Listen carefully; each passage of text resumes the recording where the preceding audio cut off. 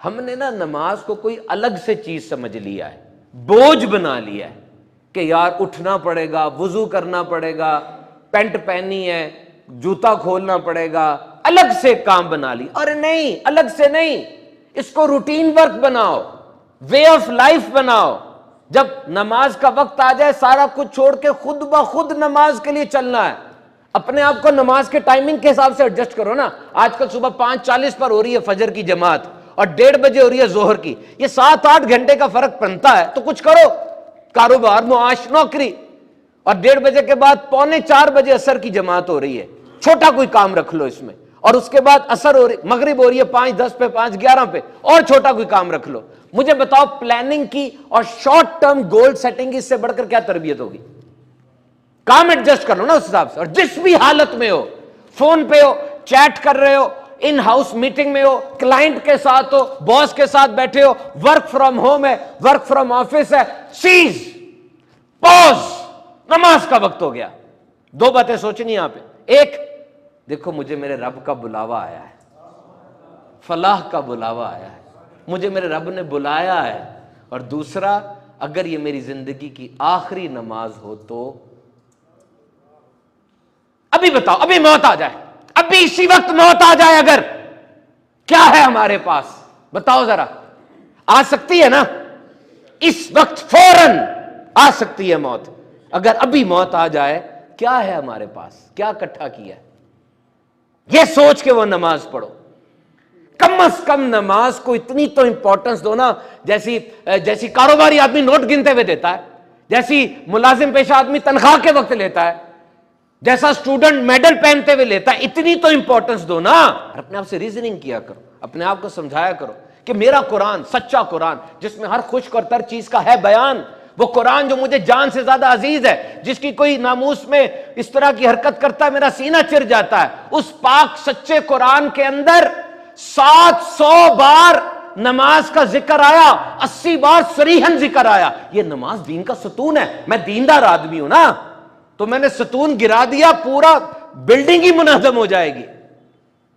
توحید و رسالت کی شہادت اہم ترین، اس کے بعد نماز ہے.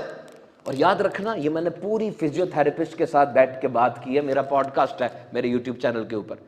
فزیو تھراپسٹ بتاتے ہیں کہ نماز سے زیادہ ہلکی پھلکی ایکسرسائز ہی کوئی نہیں ہے. نماز پڑھنی اللہ کی رضا کے لیے، لیکن دیکھو فزیو تھراپسٹ کہتے ہیں ایکسرسائز 2 طرح کی ہونی چاہیے. نمبر 1، ہلکی پھلکی ہو، تھکائے نہ، اور استقامت کے ساتھ ہو. 1-2 دفعہ کی ایکسرسائز کا طرح فائدہ نہیں ہوتا. اور نماز میں اس سے بڑھ کر کیا ہوگا؟ استقامت کتنی ہے؟ روز 5 دفعہ پڑھ رہے ہو. اور ایک جدید تحقیق میں نے پڑھی، کولیسٹرول سے بچاتی ہے. یہ اس کے اوقات ایسے ہیں. کولیسٹرول از اے ویکسی فیٹ لائٹ سبسٹنس. ہمارے جسم کے اندر 36 کھرب خلیوں میں کولیسٹرول موجود ہے. یہ بڑا ضروری ہے. ہارمونز اس سے بنتے ہیں، وائٹامن ڈی بھی کولیسٹرول سے بن رہی ہوتی ہے. لیکن اگر یہ بڑھ جائے، خون کی شریانوں میں، خون کی وینز اور کیپلریز وغیرہ میں جم جاتی ہے، خون کے ویسلز کے اندر. جیسے پانی کے پائپ میں گند پھنس جائے، پانی فلو نہیں کرتا، کولیسٹرول اگر پھنس جائے، اب بلڈ وہاں سے فلو نہیں کرے گا، تھرومبوسس آ سکتا ہے، فالج آ سکتا ہے، ہارٹ اٹیک ہو سکتا ہے.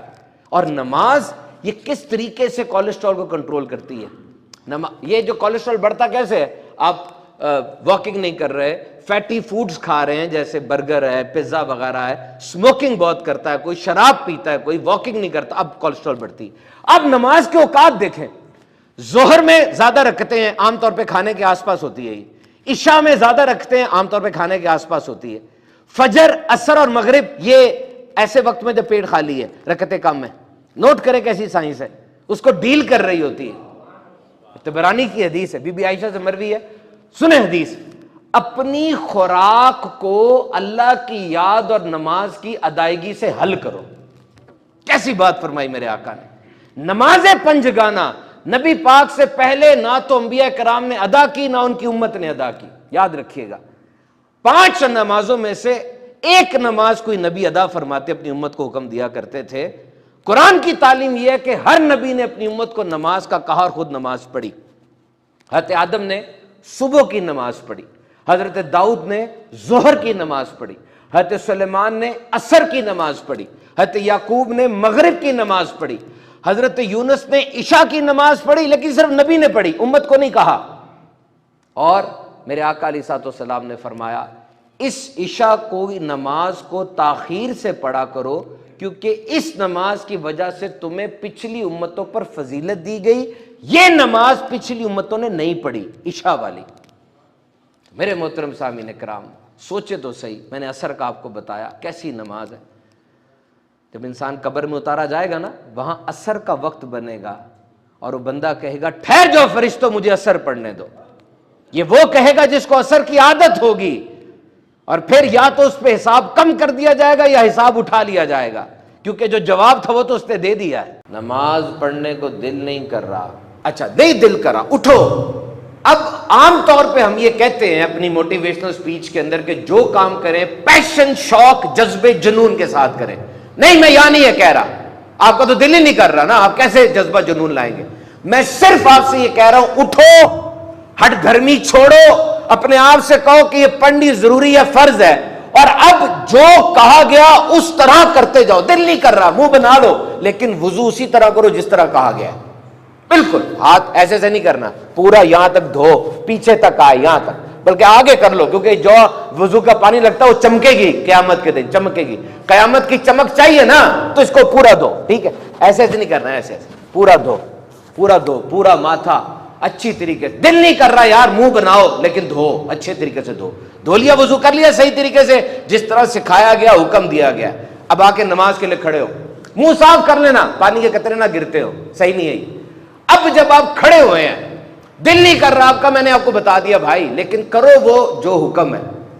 اللہ اکبر کہنا نا، تو یہ ہاتھوں کو بھی قبلے کی طرف رکھ رہا ہے، وہ نہیں کر رہا، تکلف نہیں کرنا، یوں کھول کے نہیں، آرام سے قبلے کی طرف رکھنا۔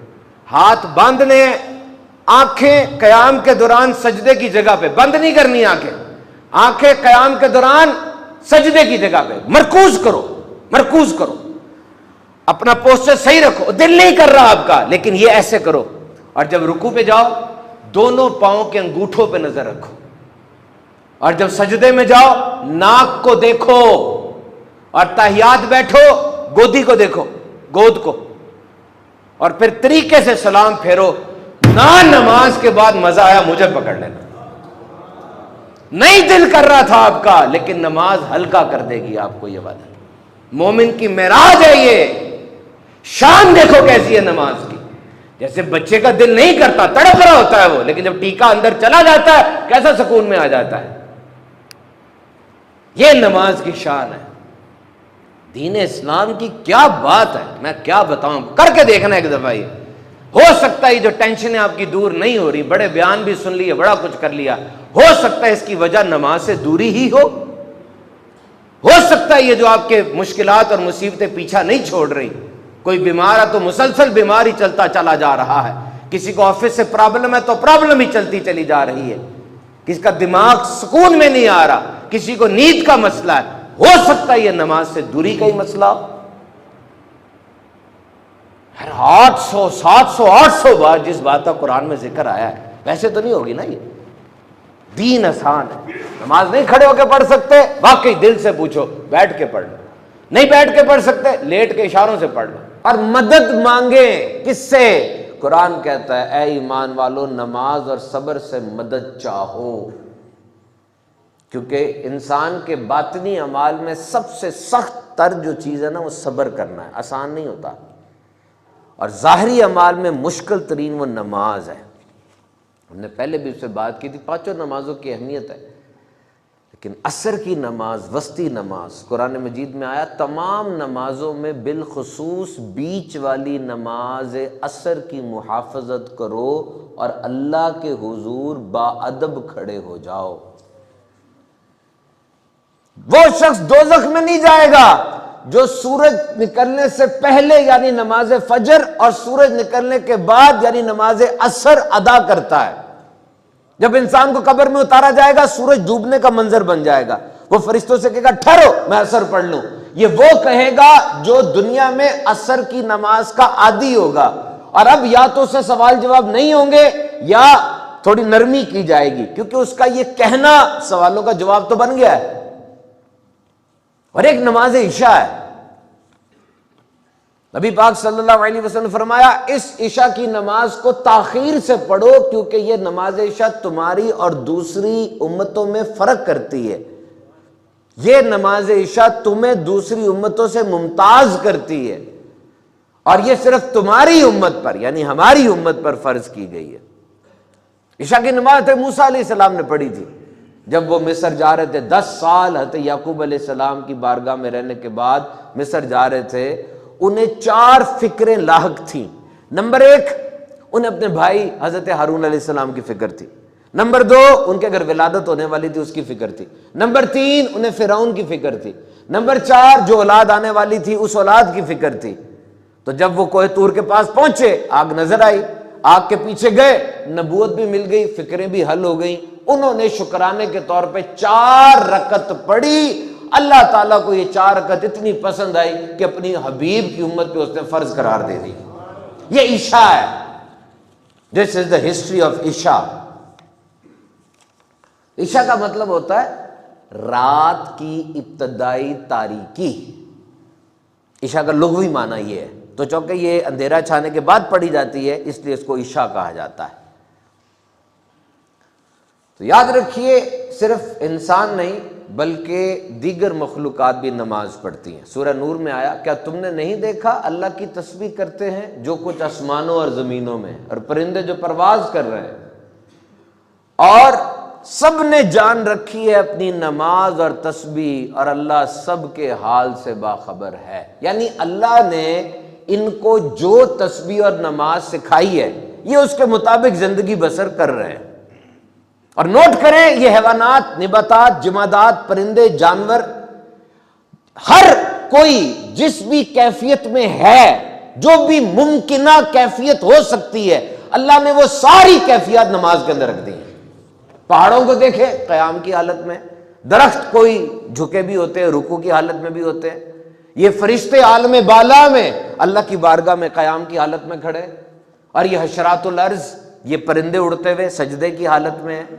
اور چونکہ انسان کامل ترین مخلوق ہے تو تمام حالتوں کا مجموعہ نماز میں رکھی، اور نماز مسلمانوں پہ فرض قرار دی گئی۔ یہ نماز ہے جو مسلمانوں پہ فرض قرار دی گئی، ہمیں چاہیے کہ اس کو دیکھیں اور اس کی پابندی کریں۔